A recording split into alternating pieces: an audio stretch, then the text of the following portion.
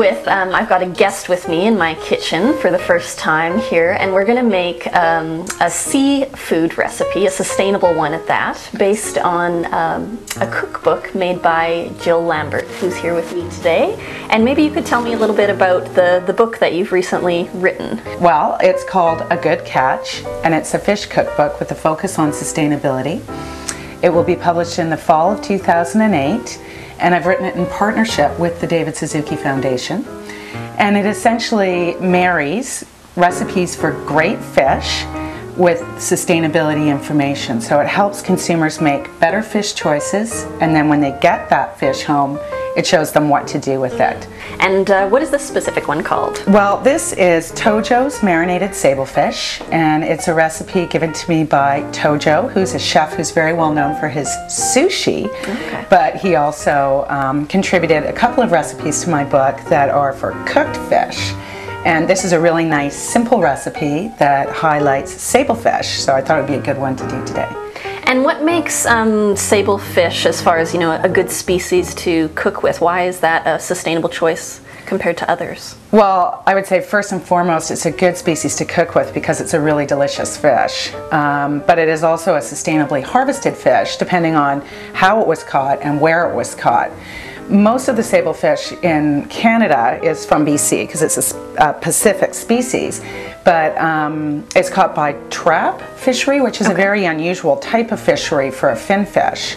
So if you're getting Canadian sablefish, Sea Choice ranks that as a best choice.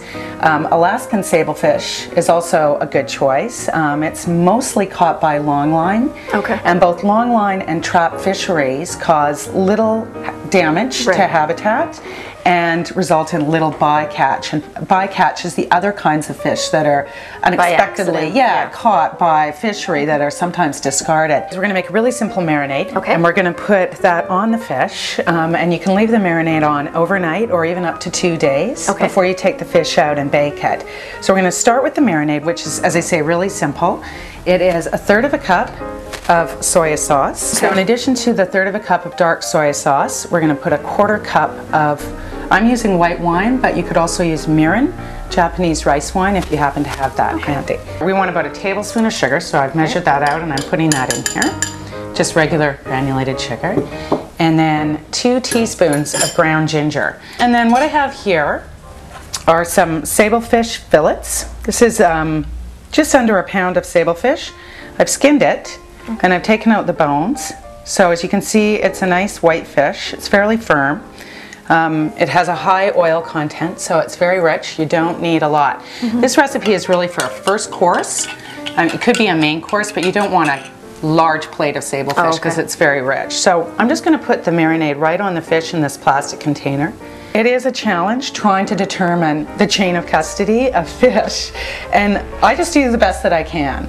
I go to a fishmonger that I know, and I say, where was this fish caught and how was it caught? And I put the onus on them to have that information for me. So this is going to marinate. This is going to marinate. Perfect.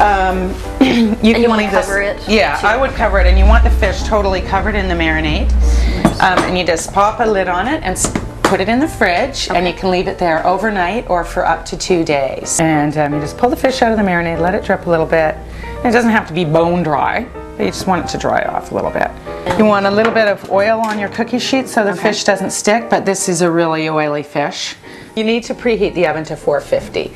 So the oven will be really hot, the fish will cook really quickly. Short period of time. Yeah, and that's another reason for taking the marinade off, because there's sugar in the marinade. You don't want it to burn onto the pan. And affordability-wise, where does sablefish rank? Is it something that's a little more of something you do once in a while, or is it a fish you could afford to eat like once a week? I was pleasantly surprised, actually. It is quite affordable. It's in the middle range. It's certainly less expensive than buying salmon or halibut these days. So it's in the oven cooking. I'll set that aside. You're going to cook it, as I said, at 450 for about 10 minutes.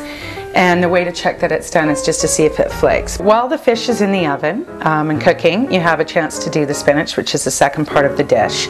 And I'm going to put about 2 teaspoons of olive oil, or you could use canola oil if you wanted. Put that on a fairly high heat. Let the olive oil heat up a bit.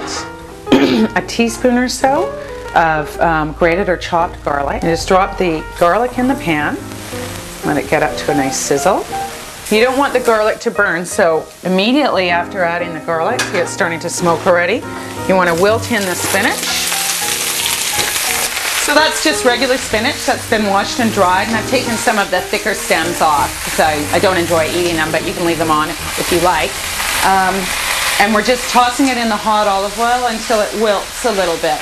And you'll know that it's ready when it just starts to exude a little bit of water. You don't want it completely cooked down. You want it to still be fairly fluffy. It'll continue to cook once you take it off the heat. So always better to undercook it than overcook it. Oh, that looks great. Now, the easiest way to tell if fish is ready is to see if it flakes when it's cooked. And sablefish has a really lovely texture. It flakes into these nice big pearly pieces. So the rest of the dish assembly is very simple. What we would do is simply plate a little bit of the spinach and garlic mixture. Yeah, it does look good. So we've got our fish all ready to go, and then you just serve it hot. And yes, you definitely would want this hot. I was actually going to say, if you can't find sablefish, there are other good alternatives.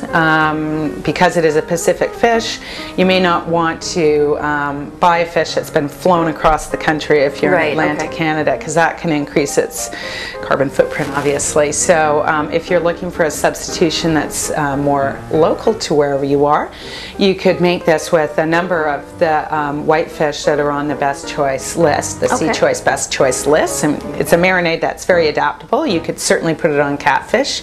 And the sablefish, again, when folks go to the grocery store or their fish market, is there any other names they should know? Is everyone going to know what sablefish is? Or? Well, it's commonly marketed also as black cod. Okay. And you see smoked Alaska black cod, then that's a smoked sablefish. But you want to use the fresh version in this dish, although that's also delicious. It's become a much more popular choice, so sablefish will be more common. Well, thanks very much, Jill, and we'll provide the links again to our Sea Choice program that the David Suzuki works on with another bigger coalition, as well as the link to Jill's book.